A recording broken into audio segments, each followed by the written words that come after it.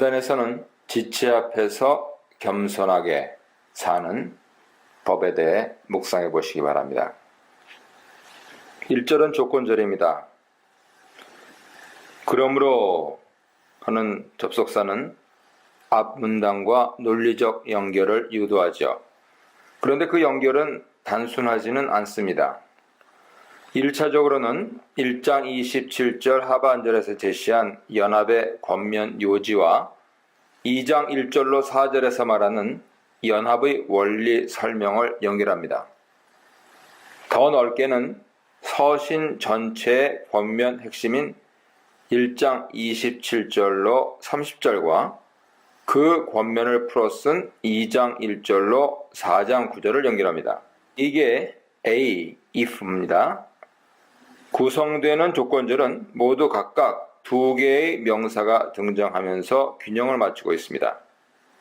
이 네 개의 조건절에 등장하는 중심 명사인 권면, 위로, 교제, 긍휼과 자비는 첫째, 하나님 아버지, 둘째, 그리스도와 성령, 셋째, 바울 자신, 넷째, 빌립보 교회 모두에 직간접적으로 관련되어 있습니다. 바울은 이런 것들이 삼위 하나님으로 말미암아 바울과 빌립보 교회에 나타나고 있으니 교회가 연합해야 하는 당위성은 분명하다고 말하고 있는 것이죠. 2절로 4절은 1절 조건절에 이어진 주절입니다.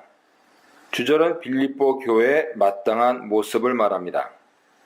1절에서 권면, 위로, 교제, 긍휼과 자비가 있음을 확인시키고 2절과 4절에서 그의 합당한 모습, 즉 연합의 모습으로 있으라고 권면합니다. 바울은 연합의 토대와 태도, 그리고 연합의 행동을 권면하며 그런 모습으로 자신의 기쁨을 충만케 하라고 요청합니다. 2절은 연합의 토대로 네 가지 모습, 같은 것을 생각하고 같은 사랑을 가지며 한 뜻으로 한 가지를 생각하며 이 네 가지 모습을 제시합니다. 토대를 네 가지 모습으로 표현한 것은 아마도 1절에서 연합의 전제로 네 가지 경험, 권면, 위로, 교제, 긍휼과 자비를 제시한 것과 숫자적인 측면에서 짝을 맞추려 의도한 것으로 보입니다. 첫 번째와 두 번째 모습은 같다라는 점에 초점을 두고요. 세 번째와 네 번째 모습은 하나로 묶인 점에 초점을 두고 있습니다.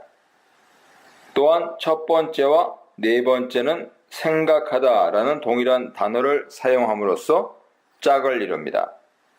같은 것을 생각하라는 권면이 처음에 등장하고 한 가지를 생각하라는 권면으로 마무리합니다.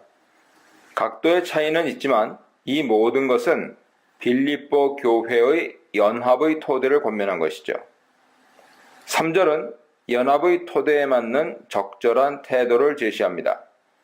먼저 소극적 측면을 제시하고 그 다음 적극적 측면을 말합니다.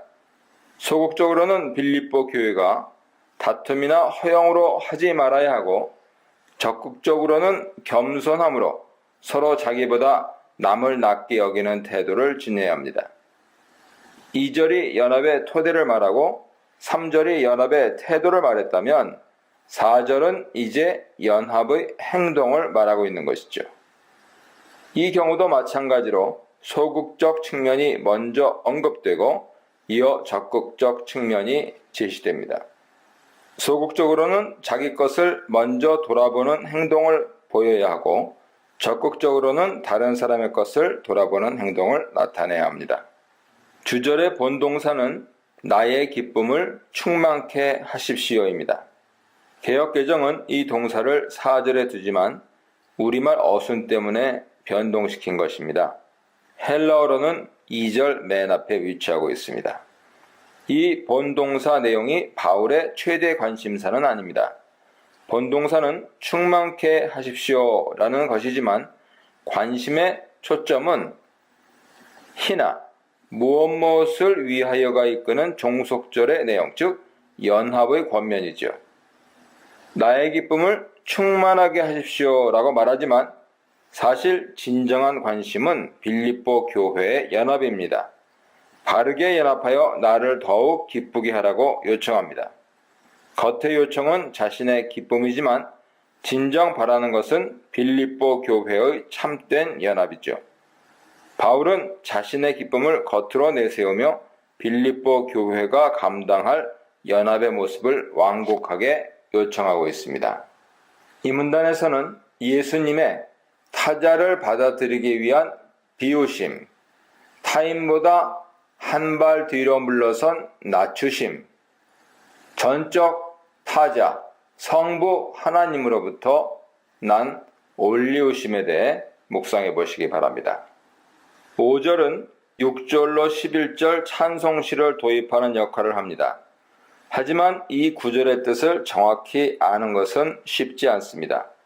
5절부터 바울은 1절로 4절에서 다뤄왔던 연합의 주제를 벗어나 새로운 주제를 말하려 하는 듯 보이고, 따라서 5절은 6절로 11절에서 다루려는 새 주제를 내다보면서 도입하는 역할을 하지요. 여러분 안에 있는 이것을 생각하십시오 하는 표현은 짧지만 이해하기 어려운 문구입니다. 한글 번역본들은 주로 너희 안에 이 예수의 마음을 지니라 하는 뜻으로 번역하고, 영어 번역본들은 주로 너희가 이 예수와 같은 생각을 가지라는 뜻으로 번역합니다. 하지만 이런 번역은 원어의 의미를 잘 살리지 못했습니다. 바울 서신에서 주로 생각하다, 어떤 견해를 가지다, 판단하다 라는 뜻으로 쓰인 프로네오는 빌립보서에서도 마찬가지 용례를 갖습니다. 또한 이것은 여러분 안에 있는 이것이며, 이어 등장하는 곧 그리스도 예수 안에 있는 것과 동격입니다. 그리고 이것은 6절로 11절에서 그리스도 예수 안에 무엇이 있는지 알려주는 설명과 연결되지요. 따라서 5절 상반절의 이것은 그리스도와 관련하여서 2장 6절로 11절 찬송시에 나타난 중대한 사실을 가리킨다고 보는 것이 자연스럽습니다. 결국 바울은 6절로 11절 찬송시를 소개하면서 찬송시가 전하는 사실, 즉 그리스도 안에 있었고 또한 이미 너희 공동체에 있는 중요한 진리를 생각하라 요청하고 있는 것이죠. 찬송시의 전반부인 6절로 8절은 예수님께서 어떤 존재로 계셨고 또 어떻게 행동하셨는지 묘사합니다. 시는 관계대명사 호스로 시작하는데 그리스도 예수를 가리킵니다. 시 자체 안에서 그것을 분명히 밝히고 있고요. 11절입니다. 또한 찬송시가 시작되기 전 5절 끝에 그리스도 예수를 언급한 점이 그 사실을 분명히 합니다. 시 전체는 바로 이 예수 그리스도가 어떤 분인가를 분명히 하죠. 시의 전반부는 전체적으로 과거형 동사 3개를 중심으로 세 행으로 구성되며 각 행의 과거형 동사에는 전하려는 의미를 보조하는 분사가 등장합니다. 따라서 주요 의미의 흐름은 분사보다는 과거형 동사 3개에서 찾아야 합니다. 이 3개 동사는 여기지 않았다, 비우셨다, 낮추셨다입니다. 분사와 함께 등장하는 이 3개 동사의 의미 흐름은 몇 가지 점을 시사해 줍니다. 첫째, 바울이 중심적으로 말하려는 바는 예수님이 어떤 존재로 계셨는가가 아니라 그가 어떻게 행동하셨는가입니다. 바울은 예수께서 하나님의 형상으로 존재하신다는 점을 말하고 있지만 그런 그가 하나님과 동등됨을 취하려 하지 않았다는 점을 부각합니다. 또한 종의 형상을 가지지만 그것은 자기를 비우시는 행동이라는 점을 부각합니다. 결국 사람과 같은 모양으로 나타나면서까지 더 나아가 죽음에 이르기까지 자기를 낮추셨다고 강조합니다. 즉 시의 전반부는 예수님의 존재를 말하지만 그것을 배경으로 해서 그분이 어떤 행동을 하셨는가를 말하려 합니다. 둘째, 예수님의 행동은 낮아짐입니다. 그 낮아짐은 자신의 존재를 넘어설 만큼 강력합니다. 하지만 이 낮아짐은 3절의 겸손한 마음과는 차이가 있습니다.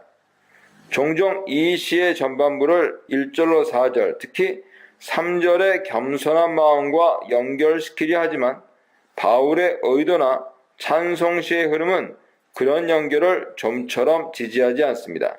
또한 찬송시는 1절로 4절에서처럼 낮춤으로 연합이 이루어짐을 말하지 않습니다. 오히려 전반부에서 그가 자신을 낮춘 행동이 결국 그를 후반부에서 참주로 세우게 됨을 말합니다. 이처럼 시의 전반부는 예수님의 존재를 배경으로 해서 그가 어떤 행동을 하셨는가를 말합니다. 이 전반부는 후반부에서 말하려는 것의 전제가 되죠. 찬송시 후반부 시작 부분에 있는 그러므로는 찬송시가 제공하는 메시지의 정점이 후반부의 어떤 지점에 있음을 암시합니다.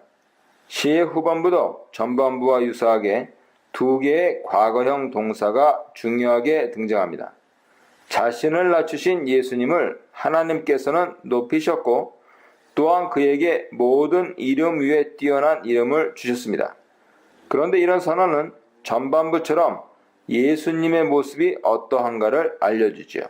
하지만 다른 두 가지의 점에서 전반부에 서술된 예수님 모습과는 차이가 있습니다.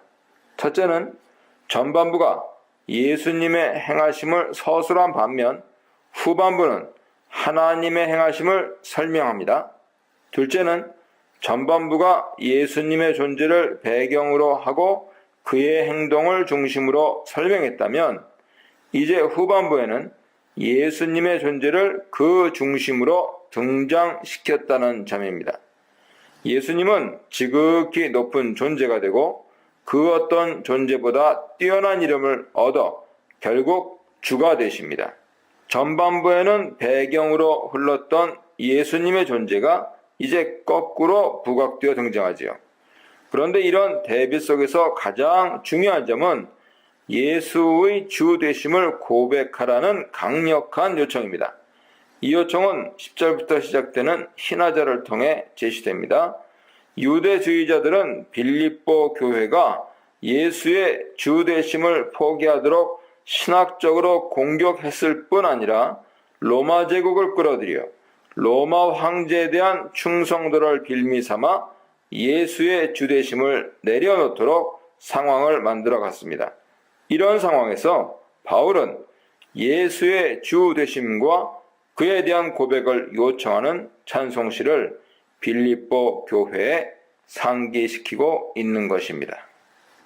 이 문단에서는 하나님 은혜 가운데 우리가 이루어갈 구원, 무흠한 삶, 증인의 삶, 그리고 사도의 희생과 기쁨이 된 성도의 믿음과 섬김에 대해 묵상해 보시기 바랍니다. 12절은 앞에서 한 원리들을 종합하여 권면하기 시작하는 첫 자리입니다. 12절 상반절에 그러므로 나의 사랑하는 자들아 라는 표현은 넓게는 1절로 11절과 12절로 18절, 좁게는 5절로 11절과 12절로 13절을 연결합니다. 12절 하반절 내용은 앞 문단의 핵심 교훈을 이어받습니다. 바울은 찬송시를 인용하면서 예수님이 주가 되신다는 사실을 분명히 붙들 것을 말했습니다. 또한 그가 주이시기에 모든 존재는 그에게 무릎 꿇고 그를 주로 시인해야 함을 요청했습니다. 참 주가 되신 예수님께 복종하라는 권면이죠. 이제 바울은 찬송시가 가진 의미의 결론과 추론을 제시합니다. 그러므로 주님이신 예수님께 복종하여 구원을 이루라는 것이죠. 여기서 바울은 그러므로 예수님의 마음을 본받으라고 권면하지 않고 그러므로 예수님처럼 너희도 복종하라고 권면하지도 않습니다. 5절로 11절에 나타난 예수님에 대한 묘사를 모범으로 사용하지 않습니다. 오히려 바울은 너희가 이전에 항상 복종했던 것처럼 지금도 주 예수님께 복종하라고 권면합니다. 12절의 이런 권면은 5절로 11절 문단과 그 안에 찬송시가 모범, 선례라기보다는 예수님의 주 되심을 강조한 것임을 잘 보여줍니다. 두렵고 떨림으로 너희 구원을 이루라는 권면은 로마 제국을 등에 업고 핍박하려는 유대주의자들의 공격이 매우 위협적이었을 것이라는 점과 잘 어울립니다. 유대주의자들은 종종 매우 극렬한 모습으로 교회를 핍박했기에 그들과의 싸움은 두려움을 자아냈을 것입니다. 빌립보 교회는 예수님을 주로 고백하고 그에게 복종하는 일을 두려움과 떨림으로 감당해야 합니다. 13절은 12절의 권면이 있어야 하는 이유와 근거를 제시합니다. 서두에 등장하는 가르는 이런 연결관계를 시사하지요. 왜 예수 그리스도께 복종하며 자신들의 구원을 이루어 가야 하는지 설명하려는 것입니다. 그 답은 하나님께서 당신의 기쁜 뜻에 맞게 사람들에게 소원을 주시고 바르게 행하시도록 하시는 분이라는 사실에 있죠. 바울은 이 사실을 두 가지 요점과 함께 설명하며 제시합니다. 하나는 하나님의 의도와 활동하심이고 또 다른 하나는 사람의 소원과 행함입니다. 이 두 가지는 언뜻 보면 서로 충돌하거나 모순처럼 보이지만 바울에게는 온전하게 통합되어 하나로 제시됩니다. 하나님은 바라시는 의도가 있고 그것을 위해 열심히 활동하십니다. 그 활동은 사람들이 그분의 뜻에 맞는 바른 소원을 갖고 행하게 하시는 모습으로 나타납니다. 바울은 이렇게 이루어가는 분이 하나님이라는 사실을 제시하면서 복종하며 구원을 이루어가라 하는 12절 권면을 확고히 합니다. 이루시는 분이 하나님이시기에 교회는 순종하며 자기 구원을 이루어가야 합니다. 14절로 16절은 12, 13절에 이어서 복음에 합당한 삶을 다시 정리합니다. 권면을 두 번째로 정리하는 셈입니다. 이 권면은 12, 13절과 비교해 볼 때 세 가지 특징을 지닙니다. 첫째, 대결의 주제보다는 연합의 주제를 더 부각시킵니다. 물론 외적인 대결 주제도 배경으로 등장하지만 교회의 내적 연합이 더 강조됩니다. 둘째, 권면의 이유와 의도를 말할 때 하나님께서 행하시는 측면보다 교회가 행하는 측면이 더욱 부각됩니다. 셋째, 빌립보 교회가 지내야 하는 마땅한 모습의 총체적 측면보다 구체적 측면에 더 깊은 관심을 가집니다. 14절은 12, 13절에 흐르던 권면과 분위기를 달리합니다.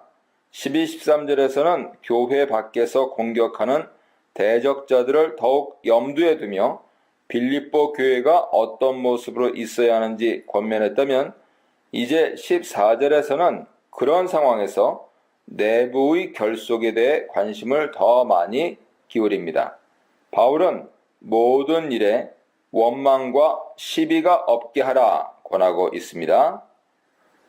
15, 16절은 14절에서 원망과 시비가 없이 하라는 권면의 근거를 제시하죠.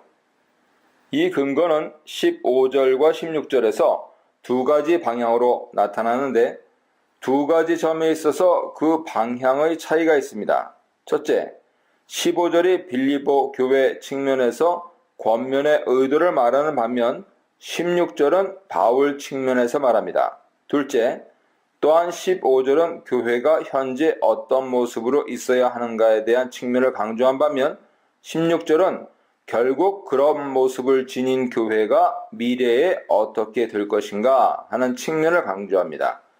이렇게 두 각도에서 현재와 미래 모습을 모두 말함으로써 바울은 12, 13절에서 언급한 바른 순종의 삶과 구원을 보다 풍성하게 설명해내고 있습니다. 17, 18절은 새로운 문단의 시작이라기보다는 12절로 16절에 부속되는 문단입니다. 12, 16절에서 그리스도께 순종하는 삶, 복음에 합당한 생활 원리를 제시했는데 이제 그런 모습이 얼마나 중요한지를 강조하며 보충합니다. 바울은 빌립보서에서 종종 자신의 주장과 권면을 강조하려고 기쁨이란 주제를 사용했습니다. 좋은 결과와 바른 모습이 있게 될 때 자신이 참 기쁨 가운데 있을 것이란 말이었죠. 여기서도 앞의 경우와 유사하게 빌립보 교회가 바울이 권면한 바른 모습으로 있게 될 때 기쁨이 도래할 것에 대해 말합니다. 바울은 죽음보다는 기쁨을 강조합니다. 이 짧은 두 구절에 기쁨의 표현은 4번이나 반복되지요. 기뻐하다와 함께 기뻐하다라는 표현이 2번씩 나옵니다. 이런 표현으로 바울은 자신만 아니라 빌립보 교회도 기쁨의 주체로 등장시킵니다. 처음에는 바울이 기뻐하고 빌립보 교회와 함께 기뻐했지만 이어서 빌립보 교회가 기뻐하고 바울과 함께 기뻐합니다. 이렇게 표현하는 것은 바울은 빌립보 교회의 바른 모습이 사역자와 교회 모두에게 참된 기쁨이 된다는 점을 확고히 하고 있습니다. 기쁨의 주제가 17, 18절에서 이렇게 강하게 반복될 뿐 아니라 바울과 빌립보 교회 모두의 기쁨으로 통합되는 내용이 등장하는 것은 큰 권면 문단이 이제 마감된다는 일종의 표시로 보입니다. 2장 1절로 18절에서 설명하려던 이론적 권면이 18절로 마무리되고 있는 것이죠. 이 문단에서는 복음 사역자들, 자기 일보다 그리스도의 일을 우선시하는, 함께 복음을 위해 수고하는, 목숨을 아끼지 않고 하나님 뜻을 이루려는 분들에 대해 묵상해 보시기 바랍니다. 19절은 디모데를 보내려 한다는 바울의 바램을 제시합니다. 먼저 그 바램을 제시하고 이어 그 이유를 접속사, 희나, 무엇무엇을 위하여가 이끄는 목적절로 소개합니다. 연합의 원리를 적용하려는 이 세 문단의 첫 절에서 바울이 제일 먼저 말하는 내용은 디모데를 속히 빌립보 교회에 보낼 수 있게 되기를 바란다는 것입니다. 이는 디모데가 빌립보 교회에 가서 해야 하는 일의 중대함을 암시합니다. 바울은 디모데를 보내 에바브로디도로 말미암은 빌립보 교회 지도자들 사이의 미묘한 갈등 문제를 도우려 합니다. 이 문제를 가만히 두면 교회 안에 큰 어려움이 있게 될 수도 있기에 바울은 가능하면 빨리 교회를 도우려 합니다. 하지만 바울은 지금 재판 중이므로 빌립보 교회에 갈 수 없는 처지였죠. 그래서 디모데를 대신 보내 교회를 도우려 하는 것입니다. 디모데의 사역으로 빌립보 교회가 더 안정될 수 있고 그러면 바울도 안위를 받게 됩니다. 20절로 22절에서 바울은 디모데가 어떤 사람인지를 자세히 설명합니다. 이런 설명은 곧 빌립보 교회 일 문제를 다루기에 디모데가 적합하다는 점을 설득하려는 것이죠. 바울은 교회가 디모데를 잘 받아들이도록 디모데를 매우 긍정적으로 묘사합니다. 바울의 이런 의도는 사실 서신 머릿말에서 발신자를 소개할 때부터 나타났습니다. 바울은 디모데를 자기와 함께 그리스도 예수의 종들로 묘사하므로 디모데에게 당연한 권위를 부과하려고 노력했습니다. 그런데 그 노력은 결국 2장 19절로 24절, 특히 20절로 22절에서 구체적으로 진행됩니다. 디모데를 매우 긍정적으로 묘사하고 칭찬함으로써 그리스도 예수의 종됨에 손색이 없다는 것을 보여주죠. 이런 노력과 설명은 두 가지 점을 이해하게 해줍니다. 첫째, 디모데가 빌립보 교회에서 인정되기 어려운 분위기였다 하는 것이죠. 바울의 수종자에 불과했던 디모데가 바울 대신 교회에 와서 무엇을 권면한다는 것이 그리 쉬운 일이 아니란 것입니다. 둘째, 디모데가 다루어야 할 문제가 간단하지 않다는 점이죠. 빌립보 교회의 지도자들까지 관여된 문제였기 때문에 디모데가 감당하기 쉽지 않은 상황이라는 것입니다. 그래서 바울은 20절로 22절에서 길게 디모데를 소개하면서 그가 그 일에 적절한 인물임을 설득하려 합니다. 바울이 디모데와 관련하여 교회에 말하려는 점은 세 가지입니다. 1. 디모데가 바울처럼 행동할 것이다. 2. 그가 다른 사람들과 다르게 그리스도 예수의 일을 구한다. 3. 그리고 교회가 디모데의 수고를 잘 안다 등입니다. 23절, 24절은 19절로 22절에서 길게 풀어 설명했던 내용을 간략하게 반복하면서 다시 정리합니다. 바울이 이 문제를 그만큼 중요하게 고려했기 때문이죠. 23절은 정리하려는 내용의 핵심을 말합니다. 바울은 자신의 일이 어떻게 되는지 확인하자마자 디모데를 보내기를 바란다고 하죠. 이 내용은 19절로 22절에서 했던 이야기를 간략히 압축합니다. 디모데가 가서 하게 될 사역을 빌립보 교회가 잘 인정해 주기를 바란다는 것입니다. 24절은 23절에서 정리된 바울의 의도를 보충합니다. 바울의 관심은 사실 교회 사정을 잘 처리하는 데 있습니다. 그것 때문에 디모데를 보내는 것이죠. 가능한 한 빨리 디모데가 갈 것이지만 바울은 자신도 꼭 갈 것, 즉 관여할 것이라고 말합니다. 지금 디모데를 보내는 것은 바울 자신이 꼭 가서 관여하겠다는 표시입니다. 25절로 28절은 에바브로디도를 보낸 사실을 자세히 설명합니다. 먼저 그를 보내는 일이 필요했다 하는 점을 밝히고요. 보내게 된 상황과 이유를 설명한 다음에 다시 그를 보낸 사실을 반복합니다. 25절은 에바브로디도 이야기로 분위기를 전환하죠. 하지만 이러한 전환은 디모데 이야기와 에바브로디도 이야기를 근본적으로 단절시키지는 않습니다. 오히려 이렇게 함으로 바울이 디모데를 보내려는 배경이 에바브로디도와 관련된 내용임을 암묵적으로 드러냅니다. 바울은 25절에서 에바브로디도를 6가지 모습으로 서술합니다. 26, 27절은 에바브로디도를 다시 빌립보 교회에 보낼 수밖에 없는 상황과 이유를 설명하며 그에 대해 부정적으로 볼 수 있는 점을 변호합니다. 에바브로디도는 빌립보 교회에서 준 역할을 감당하다가 병이 들었지만 이제 잘 회복되었기에 빌립보로 다시 돌아갈 필요가 있다는 것이죠. 바울이 이 설명에서 중요하게 고려하는 점은 두 가지입니다. 첫째, 에바브로디도 입장을 대변하는 것이고, 둘째, 하나님께서 어떻게 이 일을, 즉 그와 나를 도우셨는가를 알리는 것입니다. 바울의 완곡어법은 29, 30절에서 절정에 이릅니다. 바울은 이 구절에서 빌립보 교회에게 에바브로디도를 기쁨과 존귀함으로 영접하라고 권면하므로 에바브로디도와 관련된 교회의 갈등을 완전히 다른 성격으로 바꾸려 합니다. 에바브로디도로 말미암아 갈등할 것이 아니라 기뻐하고 그의 처신을 두고 서로 비판의 날을 세울 것이 아니라 귀한 모습의 본으로 삼으라고 권합니다. 이렇게 함으로 바울은 교회의 문제를 전혀 새로운 방향으로 보도록 이끌죠.